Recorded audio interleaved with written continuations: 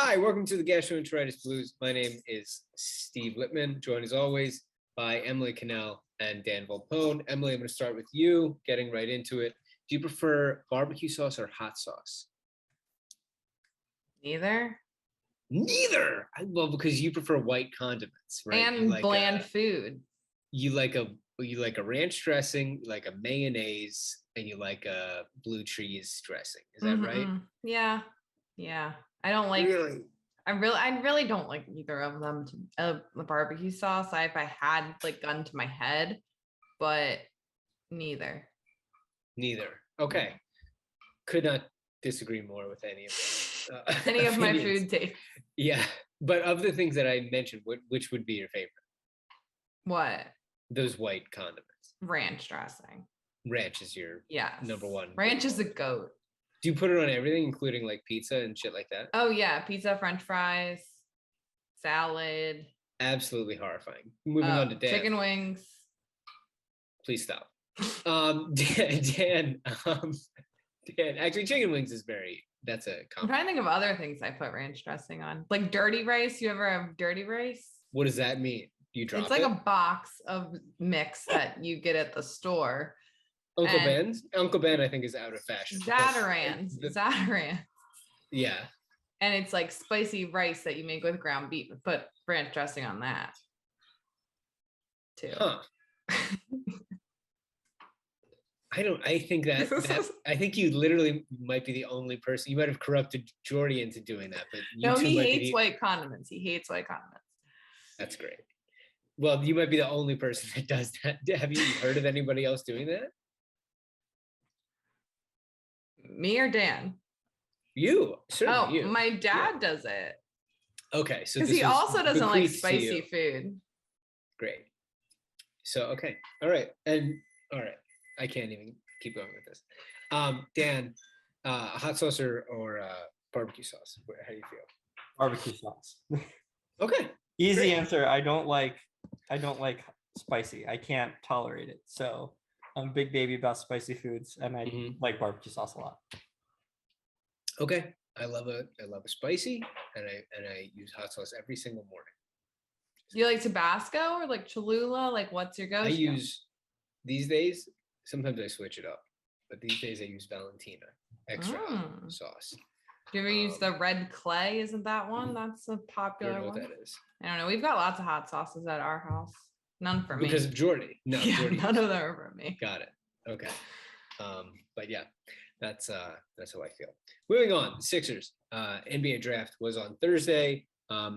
Emily was, thank you very much. Staff here is great. That's as hot as I've ever felt anything in my life. What did Gab make for dinner? Gab just brought over some tea. Thank you. Oh, tea. I thought it was food. Scalding, but thank you. Anyway, the draft was on Thursday. We had a guest prior to that, so Emily, of course, conscientious objected to that, so she did not show up. I listened to the podcast and I got all kinds of information that I didn't need because the Sixers drafted no one. No, yeah, they drafted no one. Which we kind of knew they would. Right. They traded the number 23 pick with Danny Green, who we'll say farewell to, and to Memphis, not to Houston for Eric Gordon, who we'll talk about, to Memphis for DeAnthony Melton. So I'd love to hear immediate reactions to this. We'll talk in depth about Melton, but overall about this trade, Danny obviously has a torn MCL and LCL or ACL. I don't know. LCL. Tore his knee, Emily. And so, yeah, Danny's not going to play for them until probably right around the playoffs. And they traded him and the 23rd pick to Memphis for DeAnthony Melton. Emily, what's your immediate reaction to that trade? I don't really know anything about DeAnthony Melton because I don't watch a lot of teams other than the Sixers. However, the smarter people than me on Twitter seem to think it was really cool. And I tried to do research today to find like fun facts about DeAnthony Melton, and I couldn't find any. So I'm looking forward to him being on the 85 Sixers podcast that the Sixers staff does, so I can learn like what his favorite TV show is and what restaurants he likes and all the things that I actually care about. Okay, great. I love that. I'm sure he'll do the podcast and ours. Dan, what about you? What was your, you and I actually found out about this at the same time, talking to that guest, Trill. What about you? What is your reaction to this trade? Yeah, I mean, I love it, right? Like, it can't be the end, and I don't think it's the end of what the Sixers try to do this offseason. But it's a huge it's a huge get for them. I mean, to have a guard who can shoot, who can defend, who is athletic to come off the bench, and maybe, occasionally play alongside Maxey and Harden in these small ball lineups, and still, not have cashed in all of their offseason chips to get him. I mean, Melton's better than anyone I expected them to come away with. Not forget about the draft. We don't do draft stuff. But even, with the players, I thought, are they going to set themselves up to 100% chance to get PJ Tucker, right? Do they have some kind of guarantee? Are they going to come away with Eric Gordon? And Melton is better than either of those players. And, they have, more to go, but I think it's big that they didn't have to, cash in all of their flexibility to get Melton, and then it's like, what's next? Because that's kind of what it seemed like they were going to do to free up space for Tucker, even where it was like, you're really going to trade like 23 Danny Green, Matisse, whatever, for like basically as little as possible just to sign PJ Tucker. Well, they're already talking about, people. Mark Stein in his newsletter today said teams still think the Sixers come away with Tucker, which, unless they're going to salary dump like Korkmaz, Shake, and Matisse, probably means Tobias is gone, if that's actually likely. But, all of this is still in play. They still have Matisse, who someone probably would at least give a positive asset for. They gave up Green, but and 23, but Shake is still here. They didn't use the MLE yet, right? Like, they still have that MLE to go use if they free up this, if they can get under the tax for Tucker, and if they don't, then they still have the taxpayers MLE, which is half as much, and they could get a decent player with that. So, I'm also excited that we didn't end the draft. We not only did we get a good player, a very good player, but we didn't leave the draft with kind of disappointment going into free agency. Like, like that was it. That was the move, and that's kind of it. Can this team compete or what? Like, it still feels like there's a lot of moves that could be made, and I'm very excited with who we got. I mean, I think they dropped the last three, teams. All the games are weird. I almost want to not count them at the end of the regular season, but they started the year. Morant missed 25 games this year, and the Grizzlies were 20-2 without him before losing their last three games he missed, and they ended up 20-5, which is still phenomenal. And that was DeAnthony Melton, starting in his place. And I'm not saying he's better than Morant, but like, he's clearly a really good player, right? Like, he won't play 35 minutes a game on the Sixers, but he'll play in the 20s and he'll be really helpful. So I'm very excited. Yeah, and I mean, what I've been reading about him and knew about him somewhat is that really, really good defender, point of attack defender.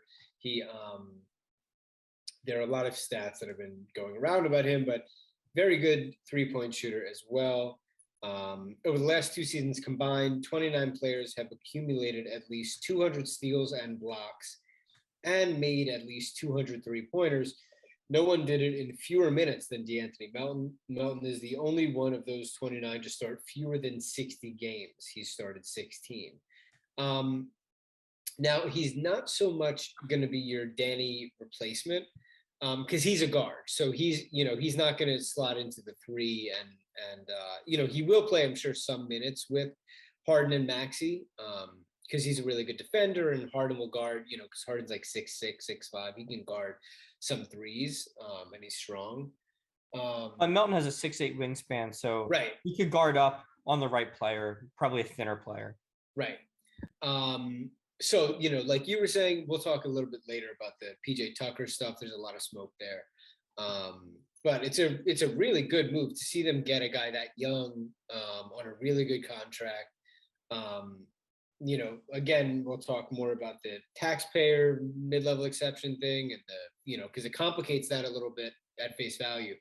But just getting a guy that young who's that productive for a guy who really wasn't going to play for them this year. I think they were going to waive Danny if they couldn't trade him on draft night.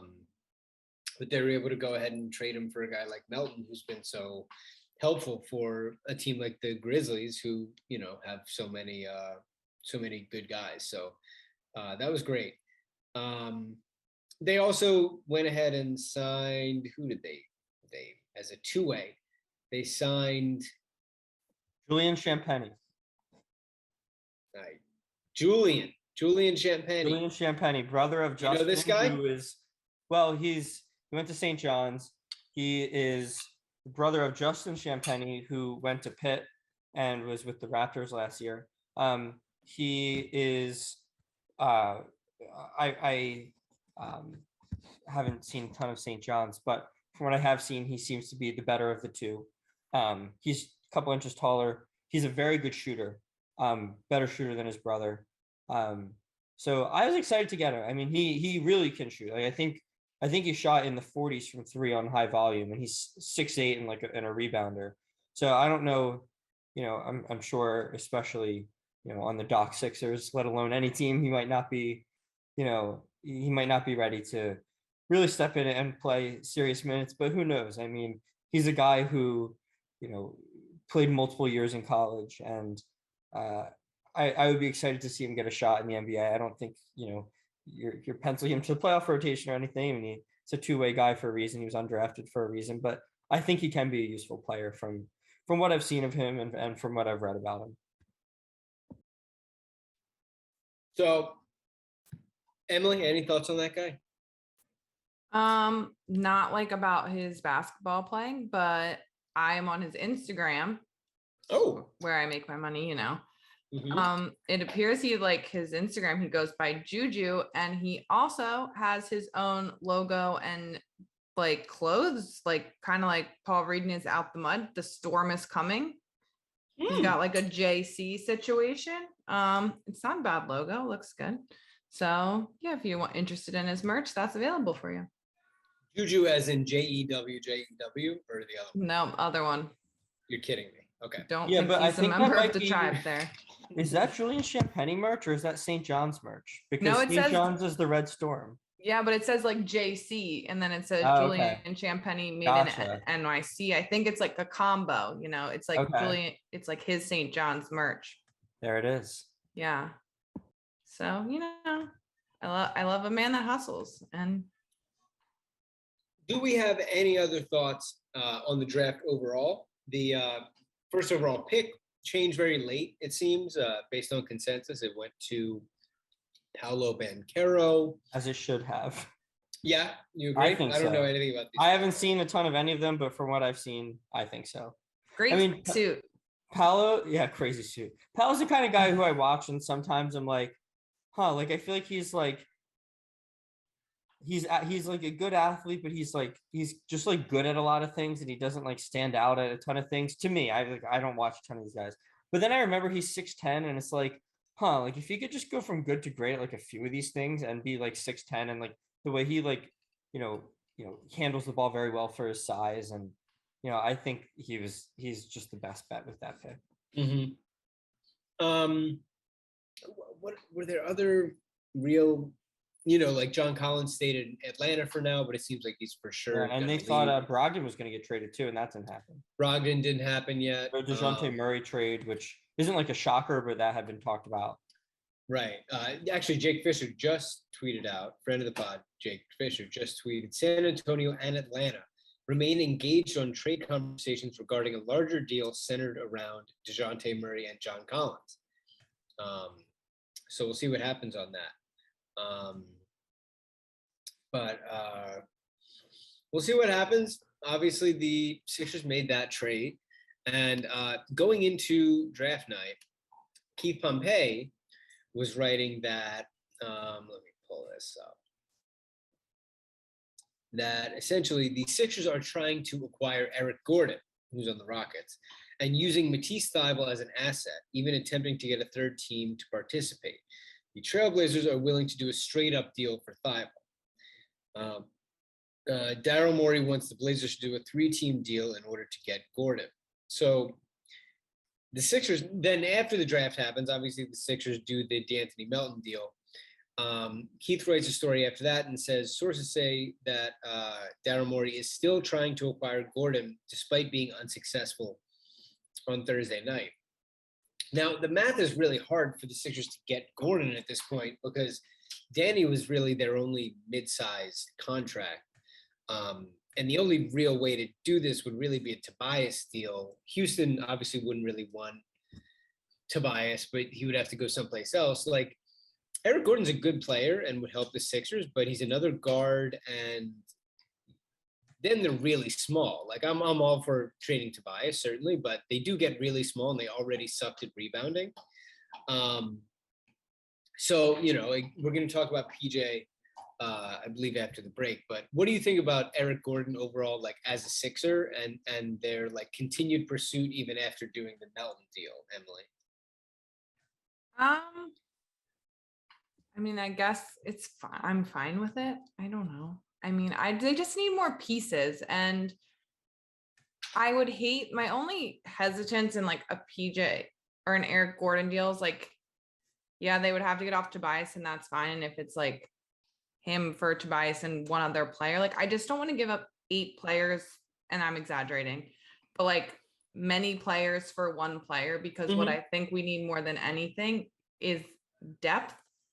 And to trade a bunch of players for one player that may be better than a lot of those players, I don't know if that necessarily gets us where we need to be. Like, I think that the key here is to like find those players like on the margins and those diamonds in the rough and those players that are going to take a leap this year. And I know that's really hard to do, but that's what Daryl's job is. No, and so you bring that up, and the other way to Gordon's number is like 20, I think, this year. His contract is like 18. 20 million, something like that. So the other option to get to his contract 19.5, you're right, closer to 20. Is, well, vindicated.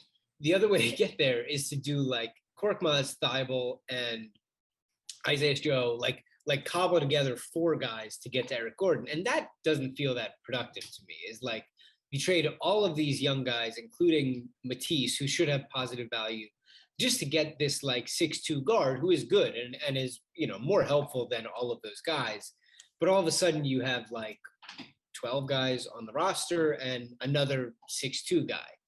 And only 7 of them can like actually play. That's what I don't want. For sure. But the Tobias thing is more interesting to me as long as you can have a starting forward in there and not get killed on rebounds. And you get out of the Tobias deal. And I also just think that they need to shake it up in terms of that sort of core group of pieces. So I'm interested in Eric Gordon. He had a great year last year in terms of shooting the ball. He's always been a really prolific shooter, and he drove the ball great last year. I was a little surprised once I saw we got Melton. I sort of thought that he would turn his gaze elsewhere. When I saw the report, by the way, that they're pursuing PJ Tucker and Eric Gordon, I like both of them, but I was like, Daryl, like, can we maybe shake the snow globe a little bit and like think of some other ideas? And then they got Melton. Now Daryl drafted Melton, but Melton's a more creative way to certainly use Danny, who I was shocked that he could make that trade. So Dan, what do you think about Eric Gordon as a Sixer, just in general? Yeah, I like Eric Gordon. Eric Gordon's 34, and you know, I get that. And he has 2 years left on his deal. Yeah, I think the next one might be non-guaranteed, so it might just be this one you're really. I mean, if you're making this much an effort to trade for him, you're hoping that you want him for that second year. But yeah, I mean, he was very good going to the basket, and he's actually been like an all-around very good offensive player for like a couple of years now. Like, not that he wasn't a useful player in general when he was younger, but like offensively, and I can't say I've seen a ton of Rockets games, but you know, the numbers have been pretty impressive from him, especially in the offensive end of the floor. But you know, I can't really wrap my head around. You have Tyrese Maxey, you have James Harden, You just got DeAnthony Melton. So now he's your fourth guard. And really, you have Shake. So now Shake becomes your fifth guard. Shake, who was like pretty playable in the playoffs, I would say. So you're going to have 5 guards on the roster. But no, I'm sorry, 5 guards, like 5 rotation worthy guards on the roster. Even, and I, in a vacuum, right? I kind of like the, like, okay, Tobias and like a pick or something, get off of his contract to a third team, send Matisse to like the Blazers, who then send a pick to the Rockets, right? And the Rockets send us Gordon, and going from Tobias and Matisse to Gordon gets us way under, the apron. And now we have the full MLE, and we sign Tucker, and we're basically getting like Gordon and Tucker for Matisse and Tobias, and we're off to Tobias. Like, I'm fine with that. Like, it's not super exciting. I would prefer something more creative, but I don't like hate it necessarily. But it still doesn't, like, who is the 3 on this? Who's the starting 3 on this team? Like, Right. Who, and even so, Tucker's now your 4, and Tucker's 6'6". And like, I don't know if you can go this small. I mean, and Harden's a good rebounder, right? Maxey isn't. Tucker is, especially for his size. But again, 6'6". Melton's a very good rebounder, but like, but he's what are those 6'2". rebounds? Right. Exactly. And you still don't have a real wing on the team, right? Like Maxey, Gordon, Harden, Shake, and Melton are guards. And Tucker's not a wing. He's small, but he's a forward. Like, he's a 4. And obviously Embiid, like, I mean, you're going to start Korkmaz. Like, you're not going to start Korkmaz. You traded Green. You're probably, if you're getting Gordon, you're probably trading Matisse, which, like, great. I would love it. But like, who is your 3 on the team? Isaiah Joe, if he's still there, I guess. He seems not ready at all. And so your other option then is, Harden is 6'5" and becomes your 3rd tallest player, and your 4th tallest player is 6'6", right? Like, if you're going to start 3 guards, I don't know exactly. I don't think there's an easy answer, especially if you're going to use the full MLE on Tucker. Like, that's your shot. And so I would actually be excited if, to get off of Tobias, they got a 3. I don't know who that is, but someone that you can pencil into the starting lineup who's not another guard. As much as I do like Gordon, because then, especially if they're a bigger guard, like if you could get I mean, I'm not saying this player is necessarily easy to come by, but like a 6'8" wing, who you're going to put at the 3. Tucker's only 6'6". You put him at the 4, but then you have a taller 3. Like, that makes me feel a lot better about where this team is at, especially after watching them get killed on the glass all season and in the playoffs, when it was like so demoralizing and it just felt like they would quit and lose out on these rebounds. So, I mean, part of that is an attitude change, a culture change, right? Like, I think maybe Tucker helps with that, but yeah, I don't know about Gordon at this point with all of these other guards. I just don't know if it's not that I wouldn't want to have him. Like, I think he's a good player. I just worry about that allocation of resources. Yeah. It's also very funny if this happens and the Sixers become like a very small team, when just like 3 years ago, they were the biggest team and everyone was like, this team is so huge. Like, maybe this will work, and it didn't. And then it'll be like, this team is so small. And then Joel is a giant and it probably also won't work. God forbid we were like, just like normal and do something where everything is evenly allocated. You have to pick a direction and go too far with it. Yeah, I agree. Part of basketball. Just Sixers basketball, actually.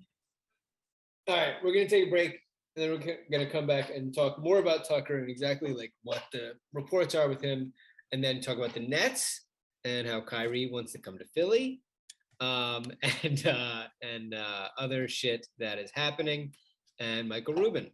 Here's the break. We're back. All right. So the PJ Tucker rumors happened because he opts out of his contract, which is like $7.5 million with Miami. And then pretty quickly, Brian Windhorst says that the Sixers are in on PJ Tucker. Keith says that the Sixers are pursuing PJ Tucker and they're shopping Matisse and other guys to clear space to get access to the full $10 million exception to sign him. Woj echoes that. Mark Stein says that they're going to be pursuing him heavily at first. And then he says, as recently as today, we're recording this on Sunday, Stein says, numerous rival teams, meanwhile, say that with even more conviction, now than they did last week when I first reported it, that they expect PJ Tucker to land in Philadelphia on a 3-year, $30 million deal in free agency. PJ is 37, of course. Now, he also said within this report that he expects Harden to opt into his contract and then extend for 2 years. Now, Harden opting in would make it really hard for the Sixers to have access to that full exception unless they trade Matisse and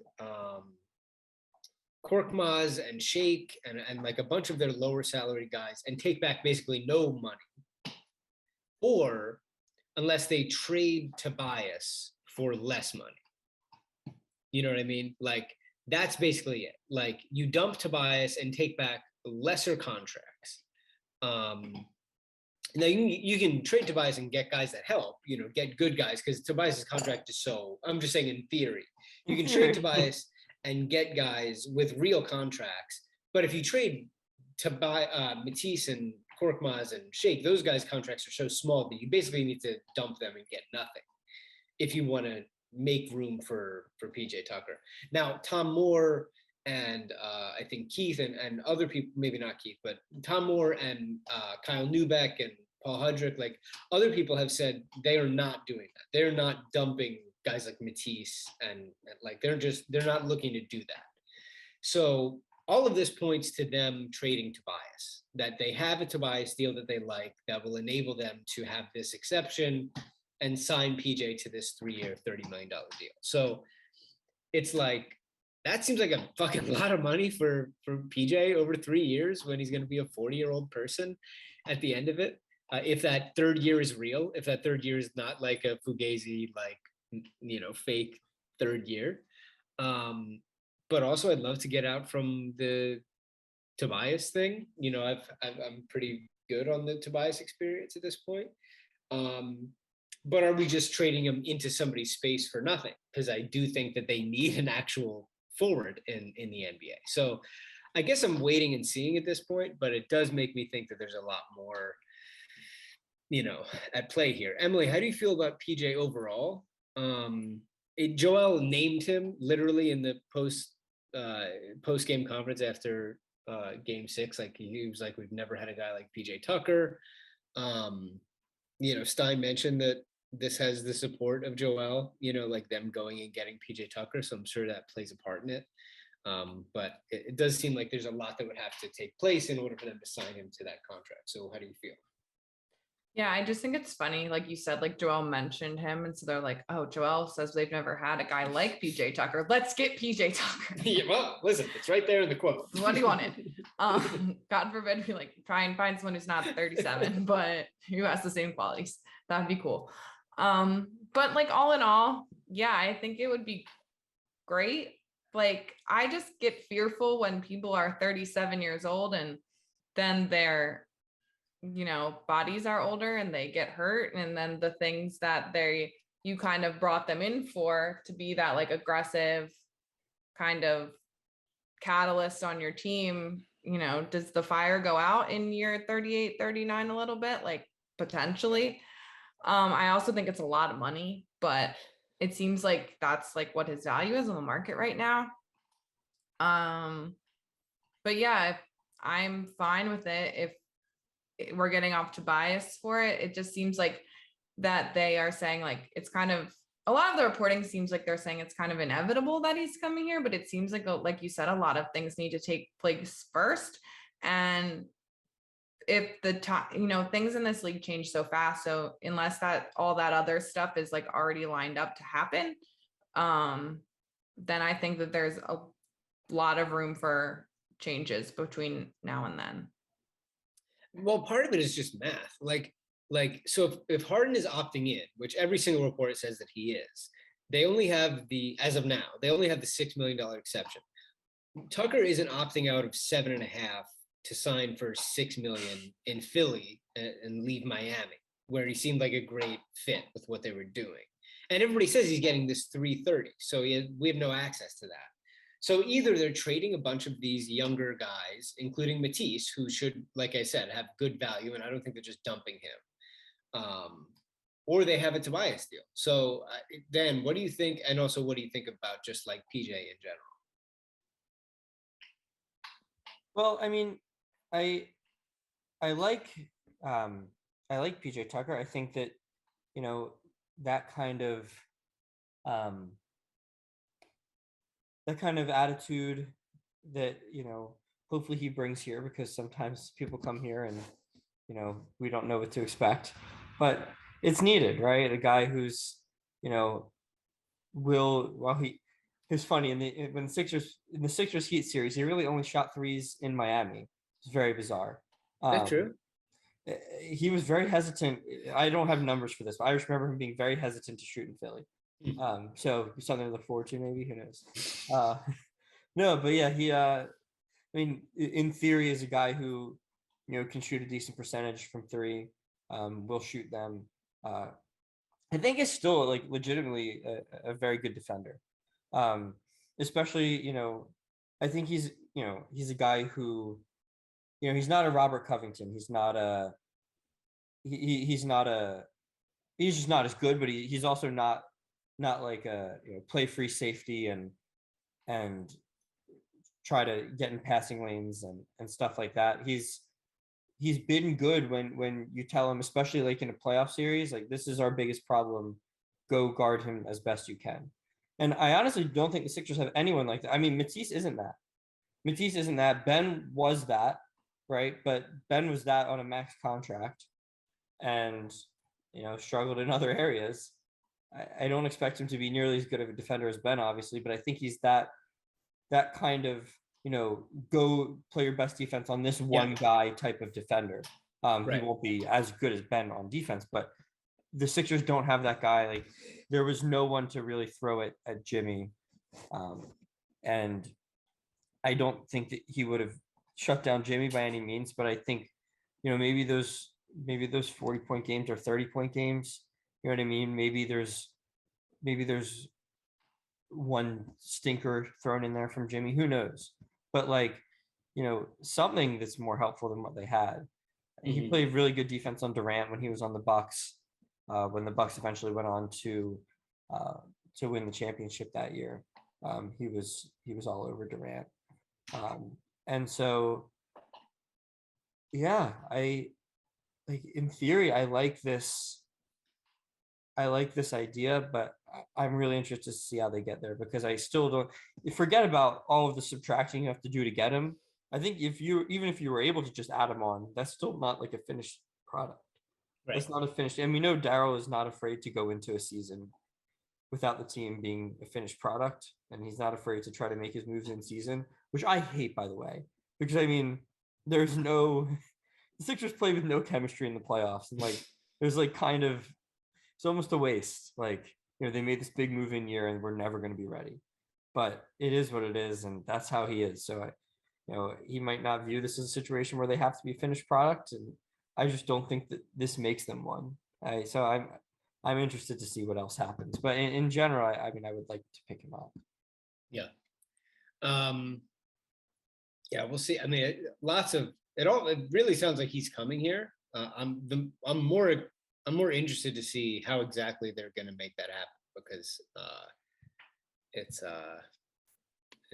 as of now they can't. So it seems like somewhat of a foregone conclusion that they're going to. The Nets are a disaster. So the Nets are really, really having a hard time. Shams reported that, let's see where it started. Kyrie Irving and the Nets are at an impasse in conversations about his future in Brooklyn, clearing the way for the 7-time All-Star to consider the open market. Now, Kyrie wants a full max, and the Nets are not willing to do that because he doesn't play basketball that often.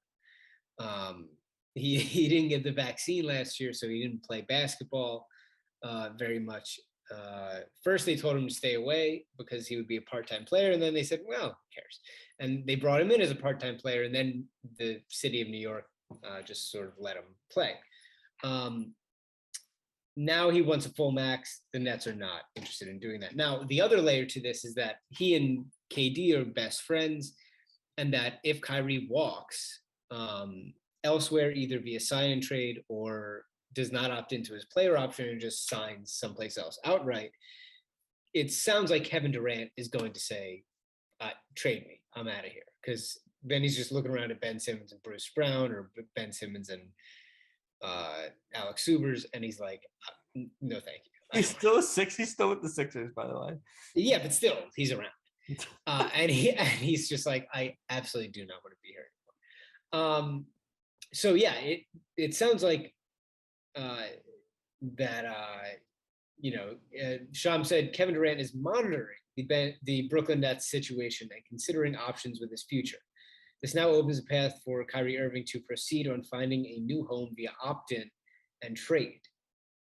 Woj comes in and says, if Kyrie Irving can't reach an agreement to stay with Brooklyn, he has a list of teams. Now, listen, whenever you have a list of teams, it means you fucking want to get out of there. Like, you're never giving a list of teams and then, like, fully planning to resign.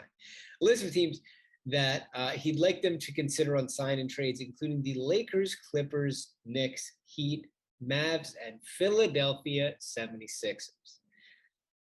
None of those teams have cap space to sign him without the Nets' help. Now, you'll remember that the Sixers' star acquisition in the middle of the season came there in part because he was so mad at Kyrie Irving's decision to not get the vaccine and not play on the team that he was like, fuck this team, I want to get out of there.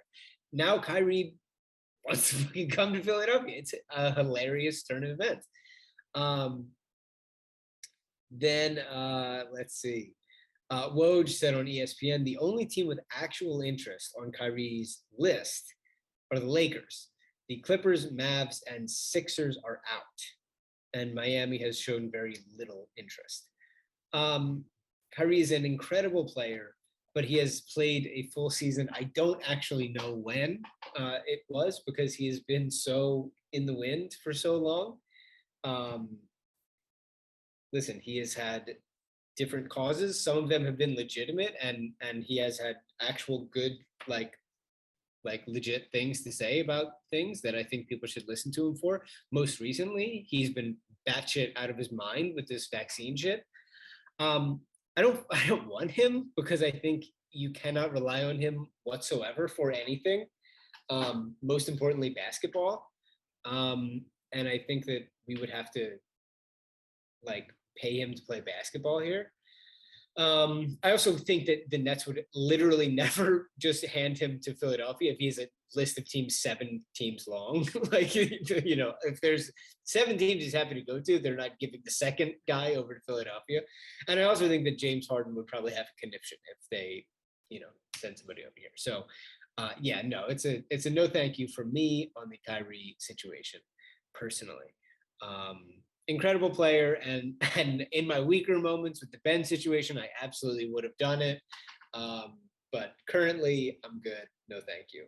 Emily, what do you think? I mean, this is a moot point because the Sixers are evidently not interested. But I do think it's hilarious that he would like to come to Philadelphia. But what do you think? Yeah, I also just like want to know how that conversation went with, like, I don't know, does Kyrie have an agent? Does he represent himself? I'm not sure. Good question. Not sure. But just like he's like, I'm so miserable. Like I'll go and play with James Harden again in Philadelphia. Like this place sucks that much. I'm uninterested in playing here. Yeah. But yeah, no thank you on the Kyrie train. He can go wherever else his heart desires. That'll be fine with me. And I mean, I'd take Kyrie Irving. Like, I wouldn't trade Maxey for him. He's desperate. Dan's desperate. No, I mean, listen, if it's like if you ask Harden, he's like whatever, and you have like, and this would never be the case, but like if it's truly like, you know, the price is low and it's like Matisse and a first, and you get off of Tobias, and it's like something like that for Irving in a sign and trade, like yeah, I would do that, right? Because it's like okay, you're giving And give him the full max. You give him 5-year max. I don't know. I'm at I don't know because I'm at the point where I only need to like so many players on this team. They're not gonna. They're not just like they're not gonna. They're not gonna win 4 championships. I would be thrilled if they did everything they could to win one. Now, I can't stand everything Kyrie's done, and I've talked about it so many times on this podcast. I don't think it's okay, but at the same time, like he's gonna be on some team either way, and like I just want Embiid to win. Like I don't need to like all the guys on the team. I just need Joel Embiid to get a championship. No one will remember it as the Kyrie championship. It'll be the Joel Embiid championship. And I don't know that he makes the team so much. He's so good, and when he plays, he's still like a top 15 player in the league.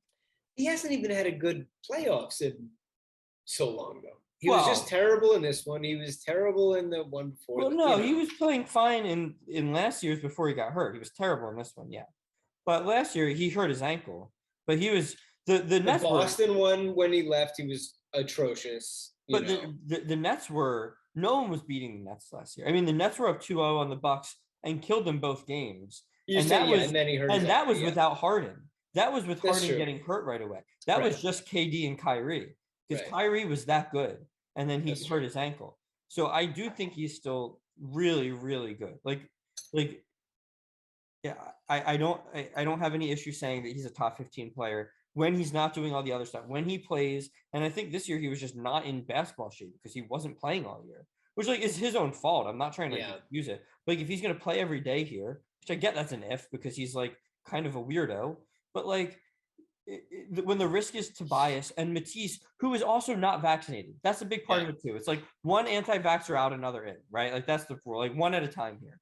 But like, I don't really see like the risk is like, okay, if you're telling me we're getting off Tobias, then like the risk of Kyrie is kind of whatever. And because then he'll at least be like tradable to someone in a way Tobias isn't, because he's at least has the on-court talent. And then like, yeah, the vaccine thing sucks, but like if you're getting off Matisse in the process, it's kind of a wash to me. And so like I don't need him to be that likable. I just need Joel to win and him to not be like the worst person in the world. It's like he's not like the worst person in the world. He didn't like kill someone. No, there are worse guys in the NBA, that's for sure. Yeah. So like I mean, yeah, like I don't like Kyrie, but like yeah, he's really good and I want the Sixers to win. And like I'm just gonna be honest about it. I'm not gonna be like a hypocrite and like say that like, oh, and it's easy to take a stand when the Sixers have said that they're not going to sign him anyway. So whatever, it doesn't matter. Right. Yeah, I would be excited if they got Kyrie Irving for like a thrown to if like the Nets somehow were like, yeah, you know what, maybe we'll take Tobias in a sign and trade and like Matisse and they're like, yeah, I'd be thrilled. It's not gonna be the case, but yeah, that'd be awesome to me. Like I don't know, I would love that. I wonder what Joel would say, and honestly, maybe them being out is Joel saying, "Fuck that." Honestly, like if I don't know, maybe there's your answer. Maybe if Joel wanted him, they would be in. Daryl really wasn't interested in Kyrie. Sure. During the Ben situation, which I thought at the time I thought was a mistake, right? I thought that was a dream get to be able to get Kyrie out of that. And I mean, at this point, I don't know if Kyrie or Harden is better. If Kyrie is like, because we haven't seen Kyrie play a full season, and he's played really well when he did his like play every few games thing. But Harden has too. Harden's played really well when he's had time off, right? Like I don't know if they're both just getting really old. I don't know what it is, but like Kyrie looked good before he was playing regularly. So I don't know if he's not in shape or if he's just old now and needs time off. But like he had great moments this season, like great moments, like super high scoring games. Are there any other players that you have on your eye on via trade or free agency as the league year opens this week that you're keeping your eye on? There are the Martin twins running around. It's Gary Harris, who I'm interested in. Jackson Frank wrote about him recently.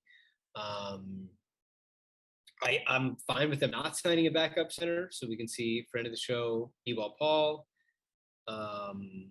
Anybody, Emily, that you particularly are interested in? Not really. Like I'm just interested in new people and new blood and something changing on this team, basically. Yeah. But yeah, I agree with you. I don't need another backup center. We've made moves for all these backup centers way too many times and they don't really We're work definitely out. going to sign one. And We're we don't definitely really gonna sign need one. And Yeah. because we've got is DeAndre Jordan still on the team? No. Well, that's good. We can sign him again. They'll sign him Any again. minute now. Yeah. They'll re-sign him. Don't worry. Yeah. That's gonna be the 601 on June 30th move. DeAndre Jordan back at the He's six. getting 330. That's what where they're the doing. 330. You're gonna Well, we trade know he earned Tobias it so they with can those give him playoff 330. wins. Yeah. But yeah, I'm just open to like anything and everything. Like I want something new and different and not the same old things that we hear all the time and the same people that we hear all the time. So I want something weird. I want it to be like they traded for Rodney Carney. Are you kidding me? Are you shitting me? What a name. What are the odds? I used to love him. Of course you did. Dan, or the High Sox. Dan, is there anybody else that you have your eye on via trade or free agency right now? So I just looked like at the upcoming free agents on Spot Track. Thing is, I don't know what these guys are going to go for, right? Like Kyle Anderson is maybe interesting, but like I don't know how much he's going to go for. TJ Warren's an unrestricted free agent, has not played in a while. Yeah. I don't know what his value is, but he'd be interesting. Right. I haven't seen anyone really talk about him, but I could have just. He would be in your exception though. Like so he would probably. I don't think you're getting him on the minimum. So he would be right. He's if you don't get PJ. Right. And he's to me. I think. I mean, there's your wing. Right. I'm not worried about. They don't need. In fact, they should not sign a backup center because Paul Reed should play, and when him or Embiid can't play, Charles Bassey should play. Yeah. And there should be no 35-year-old given the option to play on this team. Those are your backup centers and you roll with it. And if Tobias is still on the team for some reason next year and you can't play any of those guys, then Tobias is your small ball five. That's where this team needs to be at. Yeah. EJ Tucker is your small ball five. I don't care. You're not playing. You cannot sign another dinosaur to let Doc play at backup center. Cannot do it under any circumstance. Cannot happen. Now, if it's Andre Drummond or something, it won't be Andre Drummond. Andre Drummond's going to get a nice contract. But like a guy like that, I liked the Dwight signing, and I loved Drummond was phenomenal. But I don't think there's a player like that available.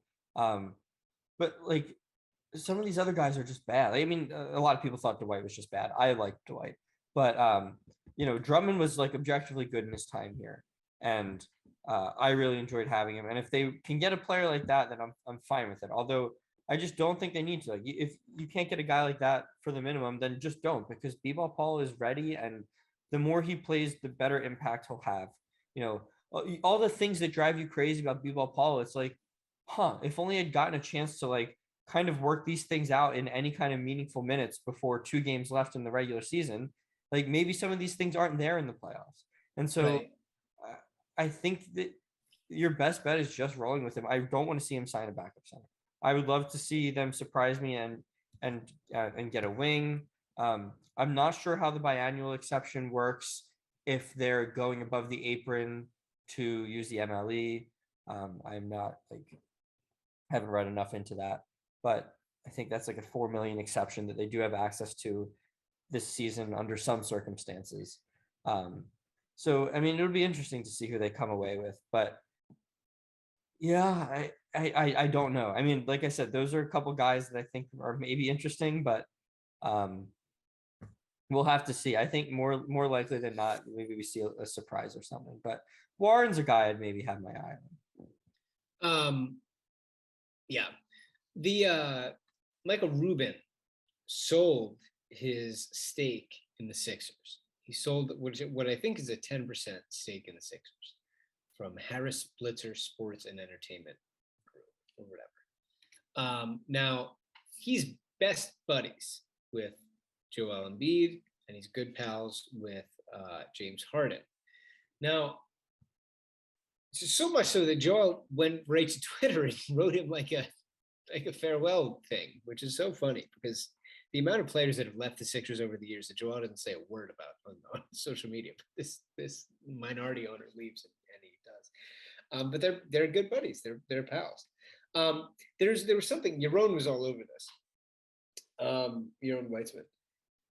There was something about how this will now enable him to help the Sixers even more because he's no longer constrained by the CBA. Can you guys help explain that? Like, what exactly does that mean? Does that mean that he can like give money to Sixers players like on the side? And he can tamper the shit out of them. Well, but not only that, not only can he talk to players around the league in a way that like he's always been friends with guys around the league, but now he can, say come play for the Sixers explicitly.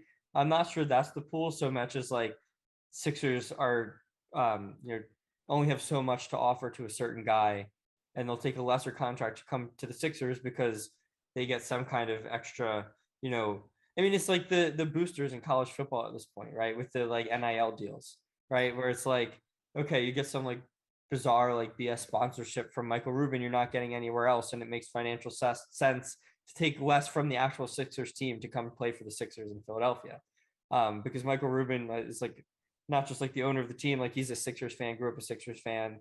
It's like friends with Joel and is still going to be courtside at the games. And so Woj wrote something similar where it's like basically he can do like legal tampering and like basically work around the CBA for like financial moves now. So whether he actually does that, I don't know. That seems kind of ridiculous to me, but I would love it. That would be awesome. But what's in it for him is that he gets to feel cool. Well, we know that that's big for him, and also, I guess he has. It's crazy because if you gave me whatever $10 billion he has, I'd probably use it to make the Sixers win too. But I can't even imagine what to do with that money. Whereas like he's like this rich guy who lives this crazy lifestyle, and people generally don't like just like giving money away to right. At least this isn't like charity. This is like to like millionaires on $1 million contracts on the Sixers. People generally don't just like give money, but who knows? I would love it if he did it. It seems a little far-fetched to me. I hope it. Harden signs a 3-year, $30 million contract. Because Harden will fit very nicely into the NBA. Right, exactly. Because the remainder of it is being paid off by Michael Rubin via Venmo.